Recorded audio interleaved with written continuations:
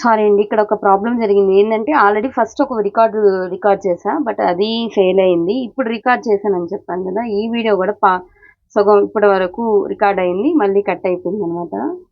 ఒక పని చేస్తాండి. ఆ వీడియో ఏమో పార్ట్ 1 కింద అప్లోడ్ చేస్తాను. ఈ వీడియో వచ్చేసి పార్ట్ 2 కింద అప్లోడ్ చేయడానికి ట్రై చేస్తానండి.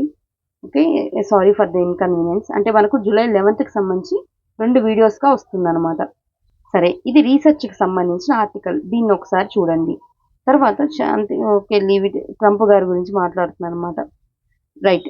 విద్యుత్ ఉత్పత్తి కోసం బొగ్గు, చమురు వంటి శిలాజ ఇంధనాలు ఎక్కువగా వినియోగించడం వల్ల పర్యావరణానికి తీవ్ర నష్టం జరుగుతోంది. ఈ నేపథ్యంలో సౌర, పవన వంటి పునరుత్పాదక ఇంధన వనరులపై భారత్ ఎక్కువగా దృష్టి సారించింది. కానీ చాలా రాష్ట్రాలు ఈ విషయంలో బాగా వెనుకంజలో ఉన్నాయి. ఎవరు బాగా వెనుకంజలో ఉన్నాయో చూద్దాం. నేడు మార్చి చివరి నాటికి దేశీయంగా పునరుత్పాదక విద్యుదుత్పత్తి సామర్థ్యం 21.9 లక్షల మెగావాట్లు. అందులో ఆయా రాష్ట్రాల కేంద్ర పాలిత ప్రాంతాల వాటా అని చెప్పి ఇక్కడ ఇచ్చారనమాట. ఆంధ్రప్రదేశ్ వాటా ఎంత? 8%. రాష్ట్రాల్లో వెనుకంజలో ఉన్నాయి అని చెప్పి మాట్లాడుతున్నారు. ఓకే. రైట్.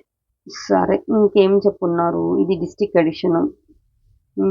డిస్ట్రిక్ట్ ఎడిషన్ తీస్తే ఇంకేమైనా ఉన్నాయా మనకు యూజ్ అయ్యేది? కారాగారంలో 3 ఏళ్లు నిర్బంధం అంట. గుంటూరు వినియోగదారుల కమిషన్ తీరును తప్పుపట్టిన హైకోర్టు. స్థిరాస్తి వ్యాపారాన్ని విడుదల చేయాలని ఆదేశం. ఏం వర్క్ చేస్తున్నాయో ఇవి అసలు. ఇదేంటి? మధ్యాహ్న భోజనం కోసం కడపలో స్మార్ట్ కిచెన్. అంటే అక్కడే కిచెన్ వంట చేసి అక్కడే పిల్లలకి భోజనం పెడతారంట. Smart kitchen ఆదర్శనీయం. ఎక్స్ వేదిక ఉప ముఖ్యమంత్రి చెప్తున్నారు. సరే. ఇంకా ఏం చెప్తున్నారు ఒకసారి చూద్దాం. రైట్. కూటమి ట్రూ డౌన్ చేసింది. ట్రూ అప్ ఛార్జెస్ ఉండేది కదా, దాన్ని ట్రూ డౌన్ చేసింది అని చెప్పి మాట్లాడుతున్నారు.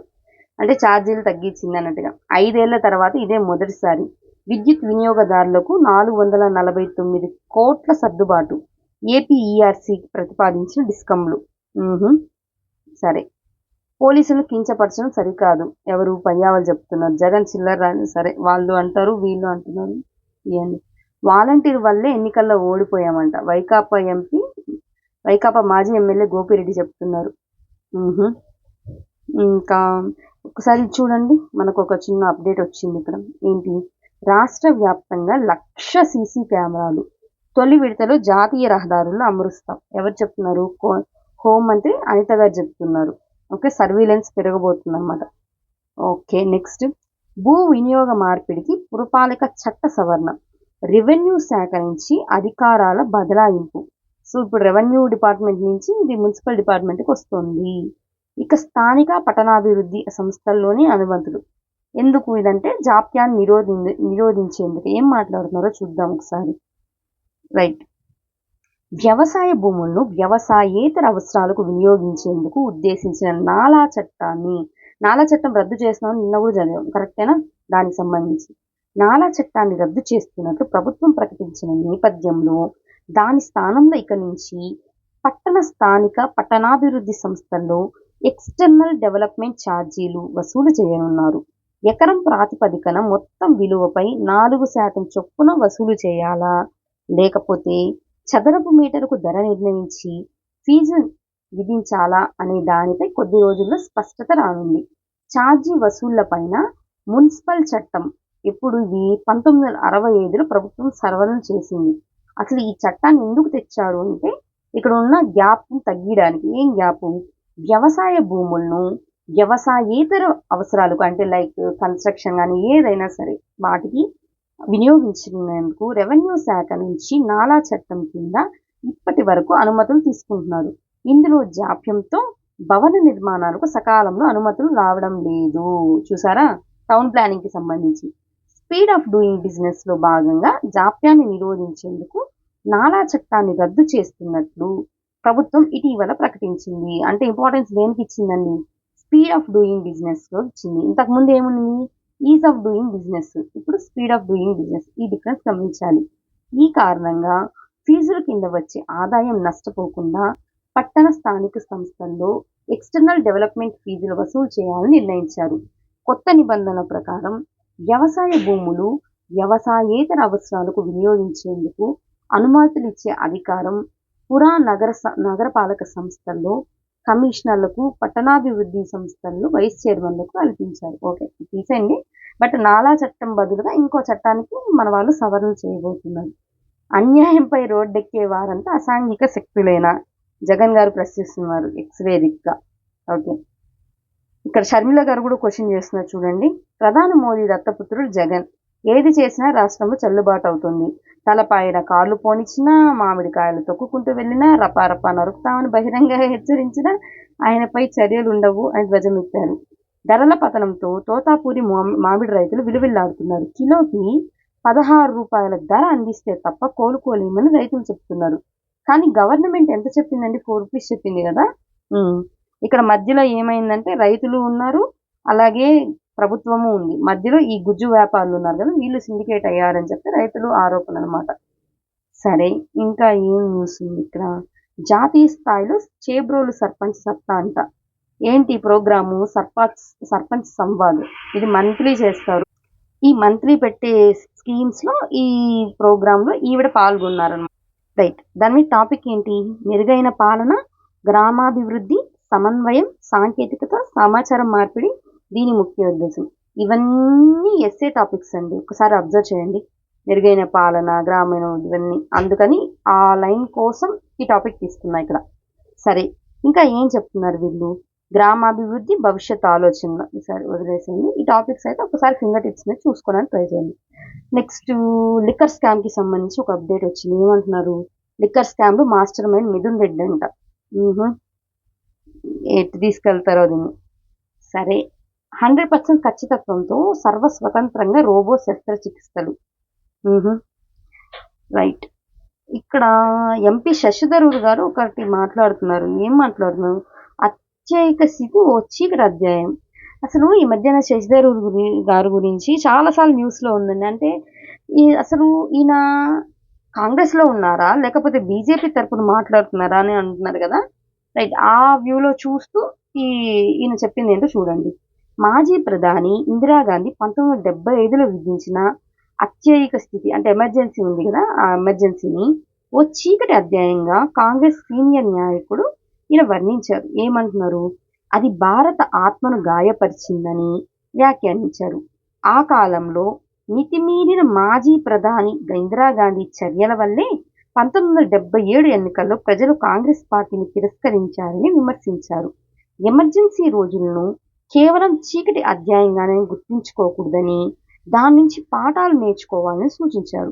దేశంలో అత్యయిక పరిస్థితి విధించి ఇటీవల 50 ఏళ్లు పూర్తయిన సందర్భంగా ఓ మలయాళ పత్రికకు రాసిన వ్యాసంలో ఈ వ్యాఖ్యలు చేశారంట.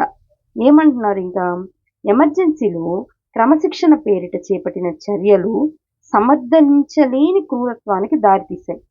గ్రామాల్లో బలవంతంగా కుటుంబ నియంత్రణ ఆపరేషన్లు సంజయ్ గాంధీ చేపట్టారు. మీకు ఎమర్జెన్సీ మీద క్రిటిసిజం ఏంటి అన్నట్టుగా మాట్లాడితే మాత్రం ఈ పాయింట్స్ మీకు గుర్తుండాలి. ఇంకొకటి, ఈ మధ్యన ఎమర్జెన్సీకి సంబంధించి మన వాళ్ళు ఏం పెట్టారు? హత్యా దివాస్ అని పెట్టాం, అవునా? అది గుర్తెచ్చుకుంటూ ఈ లైన్ చదవండి. ఢిల్లీ వంటి నగరాల్లో మురికి వాడలను తొలగించి వేల మంది నిరాశ్రయం చేశారు. ప్రజల సంక్షేమాన్ని పట్టించుకోలేదు అన్నారు. ఇప్పుడు మనం ఆత్మవిశ్వాసంతో ఉన్నాం, మరింత అభివృద్ధి చెందాం, చాలా రకాలుగా ప్రజాస్వామ్యం బలోపేతమైంది. అయితే ఎమర్జెన్సీ పాఠాలను మర్చిపోకూడదు. కేంద్రీకృత అధికారం, రాజ్యాంగ రక్షణలు పక్కదారి పట్టించడం, ఇలా వివిధ రూపాల్లో మళ్ళీ ప్రత్యక్షమయ్యే అవకాశాలు ఉన్నాయని హెచ్చరించారు. ఎవరు? శశిధరూర్ గారు చెప్తున్నారనమాట ఇవన్నీ. Okay, right. సరే, ఏదైనా ఎమర్జెన్సీ గురించి ఒక కాంగ్రెస్ ఎంపీని ఇలా మాట్లాడారు అనే విషయం క్లారిటీ ఉండాలి. ఇంకా ఒకసారి ఈ అప్డేట్ చూడండి. ఏమంటున్నారు? బాలికలను వివస్త్రను చేసి ఋతుక్రమ తనిఖీ. ఎక్కడ? ఠానే పోలీస్ జిల్లాలో పాఠశాల ప్రిన్సిపల్ అరెస్ట్ అంట. విచారణకు ఆదేశించిన మహారాష్ట్ర సీఎం ఫడ్నవీస్. ఇది మరీ టూ మచ్ అసలు. ఏంటి, ఒక స్కూల్ హెచ్ఎంగా ఉండి కనీసం కామన్ సెన్స్ ఉండాలి కదా. రైట్, ఇంకా ఏమంటున్నారో చూడండి. మోదీ అరుదైన ఘనత. ఏంటి ఈ ఘనత చూస్తే 17 దేశాల పార్లమెంట్లో ప్రసంగం అన్నారు కదా. ప్రధాని మోదీ సరికొత్త మైలురాయి చేరుకున్నారు. నమీబియా పార్లమెంట్లో బుధవారం చేసిన ప్రసంగంతో కలిపితే 11 ఏళ్లలో 17 దేశాల పార్లమెంట్ను ఉద్దేశించి ఆయన మాట్లాడినట్లయింది. దేశానికి స్వాతంత్రం వచ్చిన తర్వాత కాంగ్రెస్ ప్రభుత్వాల తరపున మొత్తం ప్రధానులందరూ కలిసి 17 పార్లమెంటులో ప్రసంగించారు. ఒక్క మోదీ ఆ సంఖ్యను సమం చేశారు. దీనిపై భాజపా హర్షం వ్యక్తం చేసింది. వేరే దేశాలకు వెళ్లడం తప్పిస్తే దేశంలోని సమస్యలను పట్టించుకునే తీరిక మోదీకి ఎక్కడుందని కాంగ్రెస్ ఎద్దావా చేసింది. ఇంకా ఏదైనా సరే మాట్లాడతాం మనం, ఏముంది. 5 దేశాల పర్యటన సందర్భంగా ఇవన్నీ అచీవ్ చేశారనమాట. మన్మోహన్ సింగ్ ప్రధానిగా ఉన్నప్పుడు విదేశీ పార్లమెంట్లో 7 సార్లు ప్రసంగించారు. ఇందిరాగాంధీ గారు 4 సార్లు, నెహ్రూ 3 సార్లు, రాజీవ్ గాంధీ 2 సార్లు, పివి నరసింహరావు గారు 1 సారి. మోదీ అమెరికా పార్లమెంట్లో 2 సార్లు మాట్లాడారు. విదేశీ పార్లమెంట్లో ప్రసంగించడం ద్వారా మోదీ నాయకత్వానికి ప్రపంచ స్థాయిలో గౌరవం దక్కుతోందని భాజపా ట్వీట్ చేసింది. ఆయన నాయకత్వంలో దేశ ప్రయోజనాలు పదిలమనే నమ్మకం ప్రజలకు ఉందని పార్టీ అధికారి చెప్పారు. మొత్తానికైతే ఇది ఇంపార్టెంట్ అని కాదు, కానీ ఒక జనరల్ నాలెడ్జ్ కింద ఇచ్చారనమాట. సరే, షేక్ హసీనాపై మానవ హనన నేరాభియోగం ఏంటంట? గత ఏడాది జూలై, ఆగస్టు నెలల్లో అప్పటి ప్రభుత్వానికి వ్యతిరేకంగా జరిగిన అల్లర్లపై కాల్పులు జరిపించి పలువురిని బలిగొన్న కేసులో బంగ్లాదేశ్ మాజీ ప్రధాని షేక్ హసీనాపై మానవ హనన నేరాభియోగాన్ని బంగ్లాదేశ్ అంతర్జాతీయ నేరాల ట్రిబ్యునల్ మోపింది. ఆమెతో పాటు అప్పటి హోంమంత్రి, అలాగే ఐజీ మీద ఇలాంటి అభియోగాలు ఖరారు చేసింది. విద్యార్థుల తిరుగుబాటును అణిచివేసేందుకు సామూహిక హత్యలు, హింసలకు హసీనా ప్రభుత్వం పాల్పడినట్లు అందులో పేర్కొంది. అప్పట్లో జరిగిన ఈ ఘటనలో 1400 మంది మృతి చెందారు. Okay, right. ప్రాణాంతక ఆయుధాలు హసీనాపై, సరే ఇది చూడండి ఒకసారి. హసీనాపై ఆగస్టు 3వ తేదీ నుంచి విచారణ స్టార్ట్ అయింది. ప్రాణాంతక ఆయుధాలు ఉపయోగించి అమాయక ప్రజల్ని చంపడానికి కుట్ర పన్నిన ఈ ముగ్గురిపై, రైట్, వాళ్ళ మీద ఉన్న మెయిన్ అలిగేషన్ ఏంటంటే ఇదేనమాట. ఈ ముగ్గురిపై ఈ చర్యలు తీసుకోవాలని చెప్పిందనమాట. ఈ కేసుల్లో దోషులుగా తేలితే వారికి మరణ శిక్ష పడుతుంది. హసీనాను అప్పగించాలని మరోసారి భారత్కు బంగ్లాదేశ్ విజ్ఞప్తి చేసింది. దీర్ఘకాలికంగా పెండింగ్లో ఉన్న అప్పగింత అభ్యర్థన మనస్సాక్షితో ఆలోచించి నిర్ణయం తీసుకోవాలని కోరింది. Okay, right. ఇది ఒకసారి చూడండి. ఇది చాలా ఇంపార్టెంట్ అప్డేట్ ఒకటి తెలిసింది మనకు. దక్షిణాసియాలో రక్తహీనత బాధిత మహిళలు 25.9 కోట్ల మంది ఉన్నారంట. వామ్మో, ఎనీమియా సంబంధించి. జన్మతః పౌరసత్వ హక్కుపై ట్రంప్ ఆదేశాల నిలిపివేత. అమెరికాలో అక్రమంగా ఉంటున్న విదేశీయులకు పుట్టే పిల్లలకు లభించే జన్మతః పౌరసత్వ హక్కును రద్దు చేస్తూ అధ్యక్షుడు ఇచ్చిన కార్యనిర్వాహక ఉత్తర్వులను నిలిపేశారు. అమెరికా అంతటికీ ఈ తీర్పు వర్తిస్తుందని గురువారం ఆదేశాలు ఇచ్చారనమాట. సో యాజ్ యూజువల్గా వస్తాయి ఇంకా వాళ్ళకి ఆ రైట్స్ అన్నవి.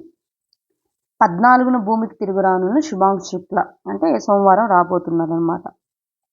శిక్షణ విమాన ప్రమాదంలో అమరులైన పైలట్ల గుర్తింపు. రైట్, ఇక్కడ ఒకసారి చూడండి. హౌతీ చెరలో నౌకా సిబ్బంది అంట. ఈ హౌతీలు, ఈ రెడ్ సీ ఎప్పుడు జరుగుతూనే ఉంది కదా ఈ మధ్యన. దాని అనంతరం ఎత్తుకెళ్ళిన యెమెన్ రెబెల్స్. ఈ యెమెన్ రెబెల్స్కి హౌతీలకి గొడవ ఏమవుతుంది మరి. కేరళ నర్సుకి యెమెన్లో మరణదండన తప్పించాలని సుప్రీంకోర్టులో పిటిషన్. విచారణకు అంగీకరించిన ధర్మాసనం. ఓకే, చూద్దాం. Hope for the best. అవద్దనే లైఫ్ కదండి. మరి అతను కూడా ఆమెను అట్లా బ్లాక్మెయిల్ చేయడం కరెక్టేనా అంటారా చెప్పండి. ఉక్రెయిన్ యుద్ధం ముగింపునకు కొత్త ఆలోచనలు. ఏంటి ఆ కొత్త ఆలోచనలు?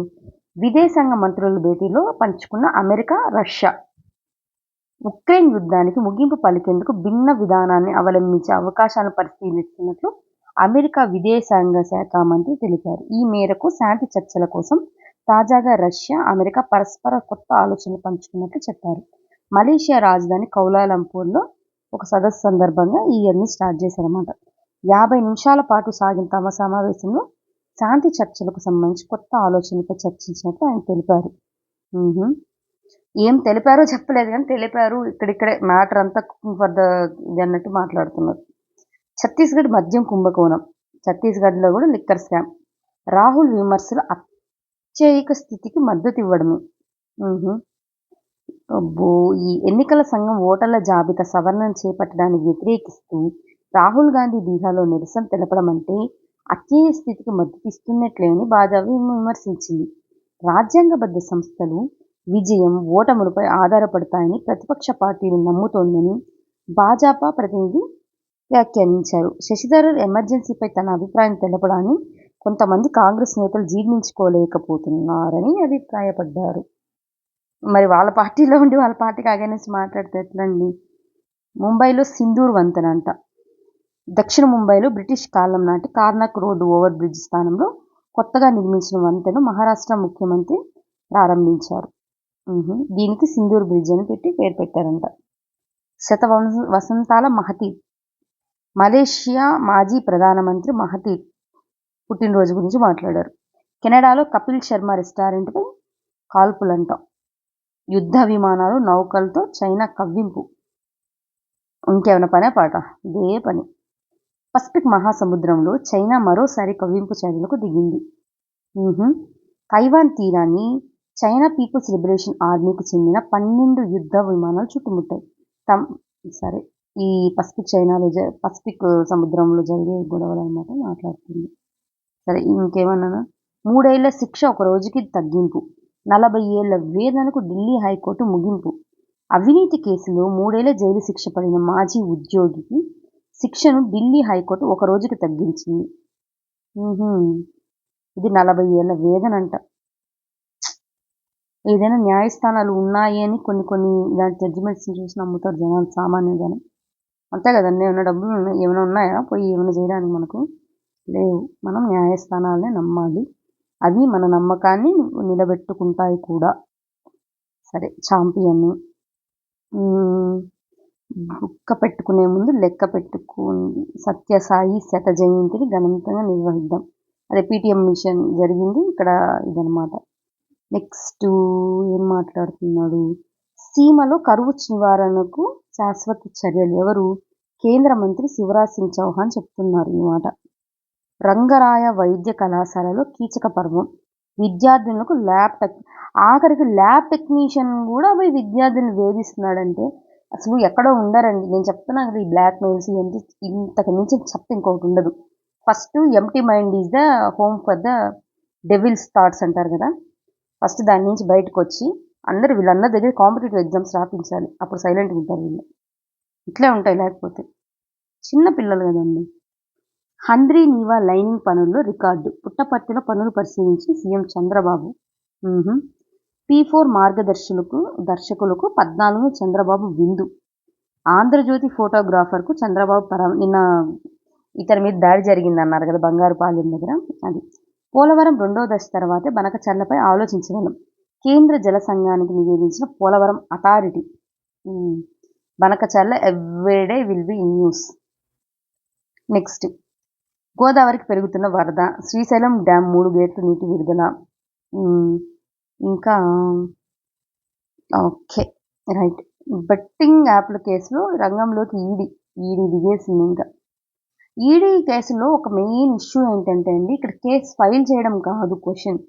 ఇక్కడ కన్విక్షన్, కన్విక్ట్ అయ్యి వాళ్ళకి శిక్ష పడింది చూడండి, వాళ్ళకన్నా ప్రాబ్లం ఏంటంటే ఈ ఎఫ్ఐఆర్ ఫైల్ చేసిన తర్వాత ఈ ప్రాసెస్ ఉంటుంది చూడండి, ఇదే ప్రాబ్లం. ఈడీలో కన్విక్షన్ రేట్ చాలా తక్కువే ఉంటుంది, శిక్ష పడిన రేటు, కానీ ప్రాసెస్ ఈజ్ ద పనిష్మెంట్ అనమాట. సెప్టెంబర్ 24 నుంచి శ్రీవారి బ్రహ్మోత్సవాలు. ఈవో గారి దిశానిర్దేశం. వెంకయ్య చౌదరి గారు మాట్లాడుతున్నారు. సరే, కీవ్పై విరుచుకుపడ్డ రష్యా విరుచుకుపడిందంట. ఉదయపూర్ ఫైల్స్ చిత్రంపై విడుదలపై స్టే. ఒకసారి చూడండి, ఎందుకంటే ఇది వాళ్ళ రైట్ టు ఫ్రీడమ్ని ఆపడం కదా. సో అలాంటి దగ్గర మనకు ఎగ్జాంపుల్స్గా బాగా యూజ్ అవుతాయి. లైక్ కాశ్మీరీ ఫైల్స్ మూవీ అప్పుడు ఒకటి వచ్చింది, తర్వాత కేరళ స్టోరీస్ అని, ఇలాంటివి అనమాట. సెక్యులరిజం గురించి మాట్లాడడానికైనా ఏదైనా ఒక ఎగ్జాంపుల్ లాగా యూజ్ అవుతుంది. రాజస్థాన్లోని ఉదయపూర్లో జరిగిన టైలర్ హత్య ఇతివృత్తంగా రూపొందిన ఉదయపూర్ ఫైల్స్ చిత్రం విడుదలపై ఢిల్లీ హైకోర్టు స్టే విధించింది. ఈ చిత్రం శుక్రవారం విడుదల కావాల్సి ఉండగా చిత్రం విడుదలను శాశ్వతంగా నిలిపివేయాలన్న పిటిషన్లను తమ ఫిర్యాదు 2 రోజుల నుంచి కేంద్ర ప్రభుత్వానికి మొత్తానికైతే స్టే ఇచ్చారండి. చూద్దాం దీని మీద నెక్స్ట్ ఏం మాట్లాడతారు. వడోదర బ్రిడ్జ్ ఒకటి పడిపోయింది అన్నాం కదా, దానికి సంబంధించి 18 మంది చనిపోయారంట.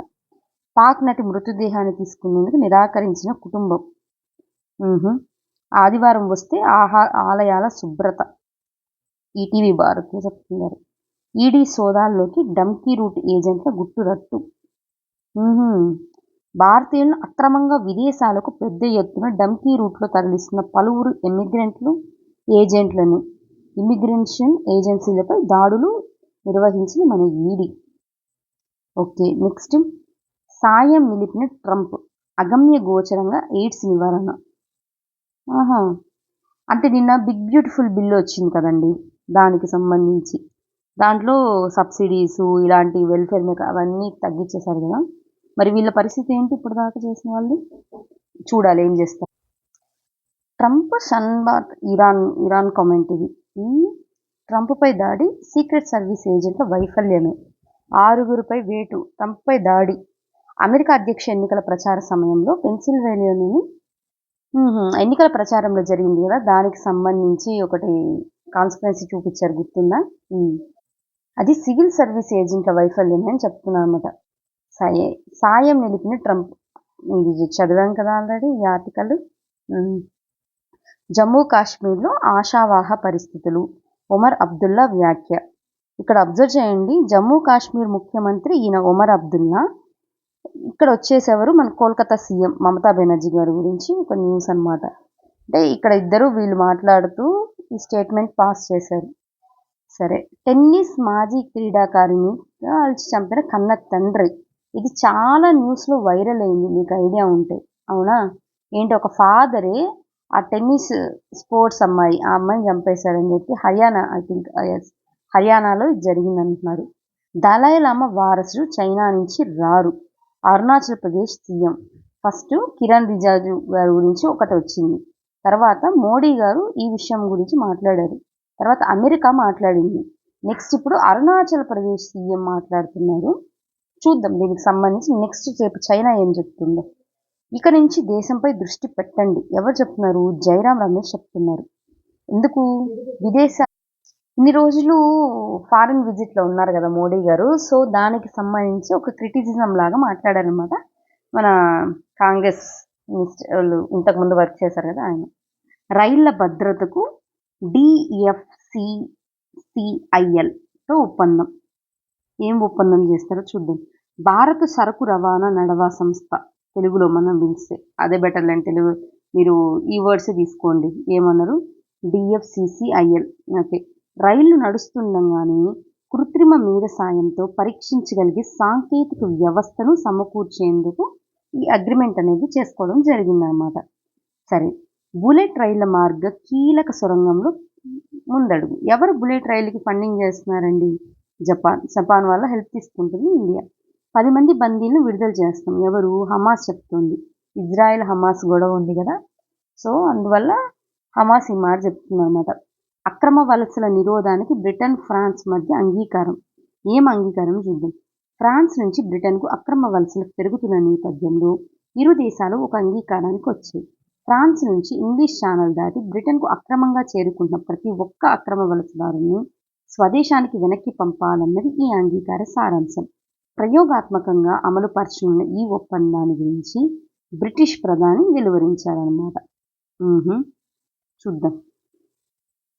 బ్రిటన్ ఎలక్షన్స్ అప్పుడు కూడా ఈ వలసల గురించి బాగా గొడవ ఉంది న్యూస్లో. ఇప్పుడు మరి ఫ్రాన్స్ నుంచి వచ్చిన వాళ్ళకి సంబంధించి గొడవ అనమాట. ఓకే, 2000 అప్పు తిరిగి చెల్లించమంటే కత్తితో పొడిచి హత్య, 3 అరెస్టు. ఏంటి 2000 కోసమా? బాబోయ్. స్మైల్ పథకాన్ని సవరించిన కేంద్రం. యాచకుల పునరావాసానికి సంక్షేమానికి ఉద్దేశించిన స్మైల్ పథకానికి ఏంటి దీనికి సంబంధించిన థీమ్ ఇదనమాట. కేంద్ర ప్రభుత్వం సవరించింది. మతపరమైన ట్రస్టులు, ఆలయ ధర్మకర్తల మండలు సైతం ఈ పథకంలో భాగం కావాలని సూచించింది. పర్యాటక ప్రాంతాలు, నగరాలు, చారిత్రాత్మక ప్రదేశాల్లో దీని అమలుకు రాష్ట్రాలతో కలిసి దృష్టి సారించినట్లు వివరించింది. పథకంలో భాగంగా సర్వే ద్వారా యాచకుల గుర్తింపు, ఆశ్రయం, దీర్ఘకాలిక పునరావాసం, సమాజంలో గౌరవం పొందేలా సమగ్ర పునరావాసం, ఒక రీహాబిలిటేషన్ ప్రోగ్రామ్ అనమాట ఈ స్మైల్ అనేది. సరే, గ్లోబల్ సిటిజన్ స్కాలర్షిప్కు 10 మంది ఎంపిక, అందులో 8 మంది భారతీయులే. ఎవరండి ఇండియాలో సరిగ్గా లేదని చెప్తుంది ఎడ్యుకేషన్ ఉన్నారు కదా. ఓకే. నెక్స్ట్ నెక్స్ట్ ఏమి ఇచ్చారో చూద్దాం. రైట్, బిజినెస్ చూడండి. ఎల్ఐసిలో స్వల్ప వాటా విక్రయించిన ప్రభుత్వం అంట. చైనా మార్కెట్లోకి దక్కన్ రైస్. టీసీఎస్ లాభం 12,000 కోట్ల వరకు చూపిస్తున్నారు. ఓకే. అమెరికా. ఓకే. రైట్, వాణిజ్య చర్చల కోసం మళ్ళీ అమెరికాకు మన బృందం. మనకు 1వ తేదీ వరకు పొడిగిచ్చారు కదా, సో మళ్ళీ స్టార్ట్ చేస్తున్నామట. ట్రంప్ ఎప్పుడు ఎగురుతాడో ఎప్పుడు తగ్గుతాడో ఏం అర్థం కావట్లేదు. ఎల్పిజి సంస్థలకు 35,000 కోట్ల పరిహారం. ఎందుకు? వంట గ్యాస్ సరఫరాలో నష్టాలు చవిచూస్తున్న చమురు మార్కెటింగ్ సంస్థలకు ఇంత పరిహారాన్ని ప్రభుత్వం చెల్లించే అవకాశం ఉందంట. యూపీఐలోను యూఏఈలోను యూపీఐ సేవలు. నిన్న నమీబియా చెప్పారు కదా, ఇప్పుడు యూఏఈ, యునైటెడ్ అరబ్ ఎమిరేట్స్ నుంచి మాట్లాడుతున్నారు అనమాట. క్యాన్సర్ ఔషధం అభివృద్ధికి గ్లెన్మార్క్ ఫార్మా ఎస్డి ఒప్పందం. 2వ రోజు అమ్మకాల ఒత్తిడి. ఉద్యోగాలు సిరి. ఇంకా ప్రతిభ. మన ప్రతిభలో ప్రపంచ జనాభా దినోత్సవం జూలై 11. ఈరోజు ప్రపంచ జనాభా దినోత్సవం అండి. శక్తి ఉత్పత్తికి మూలం. రూమ సైజులో అతి చిన్న కూడా అది. ఒకసారి కరెంట్ ఇష్యూస్ అనేది ఎంసీక్యూ చేయడానికి ట్రై చేయండి. రెవెన్యూ మాన్యువల్స్ సిద్ధం. 14 వాల్యూమ్స్ ద్వారా భూ పరిపాలన చట్టాల వివరాలు. ఏఏ సాయంతో చాట్ బాట్ ద్వారా వినేందుకు వీలుగా చర్యలు. ఎవరు? భూ చట్టాలు, పరిపాలన, ప్రభుత్వ ఆదేశాలపై పౌరులకు అవగాహన కల్పించేందుకు కూటమి ప్రభుత్వం సిద్ధమైంది. బ్రిటిష్ హయాం నుంచి ఇప్పటి వరకు ప్రభుత్వ పరంగా వెలువడిన ఆదేశాలతో మాన్యువల్ను 14 వాల్యూమ్స్ను రెవెన్యూ శాఖ తయారు చేసింది. ఆర్టిఫిషియల్ ఇంటెలిజెన్స్ని మన వాళ్ళు ఎంత బాగా వాడుకుంటున్నారు అనేది ఇది ఒక చక్కని ఉదాహరణ. ఓకే. 18,000 కోట్లతో ట్రాన్స్మిషన్ ప్రాజెక్ట్స్. అంటువ్యాధులు ప్రబలకుండా చర్యలు తీసుకోండి. కలెక్టర్లకు సిఎస్ ఆదేశం. శాస్త్ర సాంకేతిక మండళ్లకు నిధులు అంతంత మాత్రమే. తెలుగు రాష్ట్రాల తీరుపై నీతి ఆయోగ్ పెదవి విరుపు. సరే, ఈ అంటువ్యాధులు ప్రగల్భంగా చూడండి. ఇవి ఎవరిచ్చారు? సిఎస్ అంటే ఇది డ్యూటీ ఎవరిది? కలెక్టర్స్ది. సో ఇలాంటివి కొంచెం ఒక 2-3 మినిట్స్ టైం పెట్టి ఒక్కసారి చూడండి. ఎందుకంటే తెలుగు క్వాలిఫైయింగ్ పేపర్లో ఇలాంటివి అడుగుతారు కదా, రిపోర్ట్ రైటింగ్. దాని గురించి మీ యొక్క ఒపీనియన్ ఏంటి, మీరే కలెక్టర్ అయితే ఎలా దీన్ని ఇష్యూని సాల్వ్ చేస్తారు అన్నట్టుగా. అలాంటి దగ్గర కొంచెం టైం తీసుకోకుండా ఈజీగా అయిపోవడానికి ఉంటుంది. 5 జిల్లాల్లో ఏటీఎస్ల అనుమతులు రద్దంట. ఫిట్నెస్ కేంద్రాలు ఏర్పాటు చేయకపోవడమే కారణం. వాహనాల ఫిట్నెస్ పరీక్షలు నిర్వహించే ఆటోమేటిక్ టెస్టింగ్ స్టేషన్లు గడువులోగా ఏర్పాటు చేయకపోవడంతో వీటిని రద్దు చేశారు. అమరావతిని ఎందుకు అభివృద్ధి చేయలేకపోయారు? మాజీ మంత్రి బుగ్గన రాజేంద్రనాథ్ రెడ్డి. ఏంటండి బాబు, ముందు 5 ఏళ్ళు అసలు పట్టించుకునే లేదు కదా. ప్రకాశం జిల్లాలో బాలుడి మృతిపై చంద్రబాబు విచారం. అన్ని కోణాలు విచారణ చేయాలని ఆదేశం. భారత చిత్రపటంలో తెలంగాణను తొలగిస్తారా?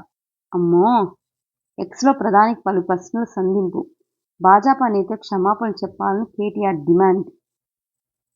ఏపీ మంత్రి లోకేష్కు ఆంధ్రప్రదేశ్ భాజపా అధ్యక్షుడు మాధవ్ ఇచ్చిన భారత్ చిత్రపటంలో తెలంగాణ లేకపోవడం సరికాదని.